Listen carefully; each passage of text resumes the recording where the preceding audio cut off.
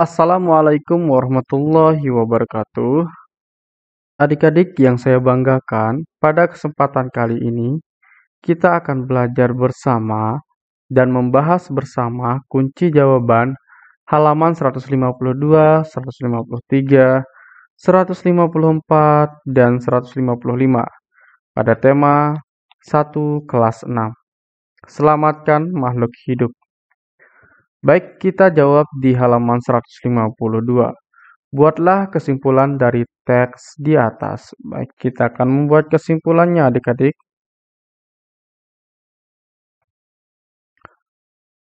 Daun ini banyak tumbuh di negara-negara Asia Tenggara. Di Indonesia, tanaman pandan disebut dengan nama pandan wangi atau pandan rampe. Penduduk Thailand menyebutnya dengan nama bai toi.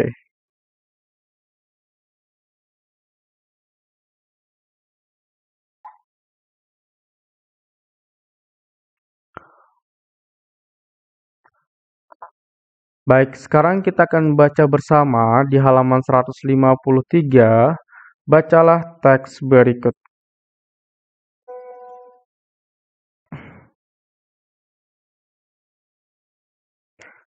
Harimau Sumatera hampir punah karena hilangnya habitat. Berkurangnya jumlah jenis mangsa dan perburuan. Jumlah harimau Sumatera saat ini berkisar 400 ekor. Mereka hidup di dataran rendah, lahan gambut, dan hutan hujan pegunungan. Harimau Sumatera bertubuh paling kecil dibandingkan jenis harimau yang hidup saat ini. Harimau jantan dewasa memiliki tinggi hingga 60 cm. Ukuran panjang hewan ini dari kepala hingga kaki mencapai 250 cm dan berat hingga 140 kg.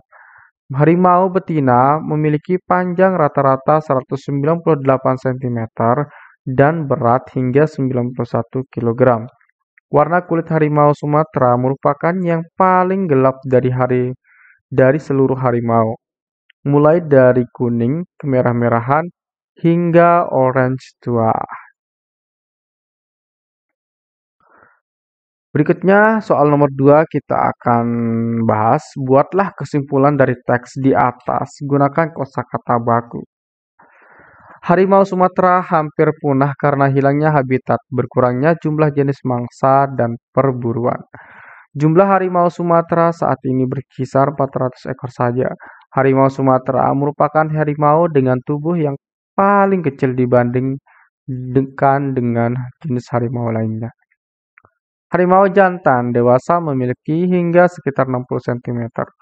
Ukuran panjang hewan ini dari kepala hingga kaki yaitu 250 cm dan berat 140 kg. Harimau betina memiliki panjang sekitar 198 cm dan berat mencapai 91 kg. Berikutnya kita akan jawab di nomor 3. Ceritakan pengalamanmu dalam menerapkan nilai-nilai kelima sila dari sila Pancasila dalam kehidupan sehari-hari. Jelaskan dengan singkat manfaat dari perilaku tersebut bagi masyarakat dan lingkungan di sekitarmu. Baik, kita jawab, rajin beribadah dan menerapkan nilai-nilai sosial atau saling menghargai agar teman, keluarga, dan para masyarakat sekitar tidak merasa dibeda-bedakan. Lebih toleran terhadap orang yang berbeda agama agar tidak ada perbedaan pada saat bermusyawarah, agar tidak canggung satu sama lain meski berbeda keyakinan. Sekarang kita akan ke halaman 154, kita akan menjawab di soal yang keempat. Apa manfaat melestarikan hewan dan tumbuhan bagi kehidupan? Bagaimana cara melestarikan hewan dan tumbuhan? Baik, kita jawab, manfaat melestarikan hewan dan tumbuhan adalah agar terjadinya keseimbangan ekosistem dan terhindar dari bencana. Yang saya akan lakukan terhadap pelestarian hewan dan tumbuhan, yang pertama, jangan merusak atau menginjak tumbuhan di sekitar kita. Jangan mencabut tumbuhan, menyiram tumbuhan setiap hari, jangan membunuh hewan langka, jangan melakukan penyiksaan terhadap hewan, berilah makan kepada hewan-hewan yang kalian pelihara. Berikutnya pada halaman 154 di soal yang kelima, buatlah soal cerita dengan menggunakan operasi hitung campuran. Gunakan bilangan 3, 6, dan 7. Kamu bisa menggunakan tanda kurang, tambah, kali, atau bagi. Baik, kita jawab adik-adik. Irma memiliki 3 tangkai bunga. Lalu Bunda Irma memberi 7 tangkai bunga untuk Irma. Lalu Irma memberi 6 bunga untuk Siva. Berapa sisa bunga Irma sekarang? Nah, ini merupakan bentuk pertanyaan yang kita buat dari bilangan 3, 6, dan 7. Baik, berikutnya kita akan menjawab hal nomor 6. Sebutkan kegiatan ekonomi dari 2 negara ASEAN. Jelaskan hubungannya dengan kondisi geografisnya. Baik, kita jawab adik-adik. Yang pertama, Singapura. Kegiatan ekonomi, pelayaran, dan perdagangan. Hubungan dengan kondisi geografis, Singapura adalah negara pulau yang terletak di dekat jalur pelayaran di Selat Malaka. Singapura tidak memiliki lahan pertanian atau tambang mineral, sehingga kegiatan ekonomi berpusat pada pelayaran dan perdagangan. Soal nomor 2, Myanmar. Kegiatan ekonomi, pertanian, dan pertambangan hubungan dengan kondisi geografis wilayah Myanmar berada di daerah aliran sungai Irrawaddy.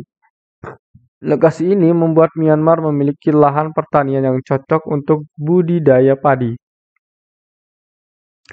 Hingga tahun 1960-an, Myanmar menjadi eksportir padi terbesar di dunia.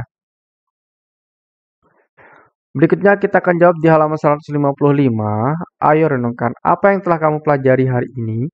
Bagaimana manfaatnya dalam kehidupan sehari-hari? Bagaimana cara kamu bersyukur kepada Tuhan Yang Maha Esa yang telah menciptakan beragam jenis hewan dan tumbuhan? Baik, kita jawab satu persatu ya. Cara melestarikan hewan dan tumbuhan. Yang pertama, manfaat melestarikan hewan dan tumbuhan bagi kehidupan manusia.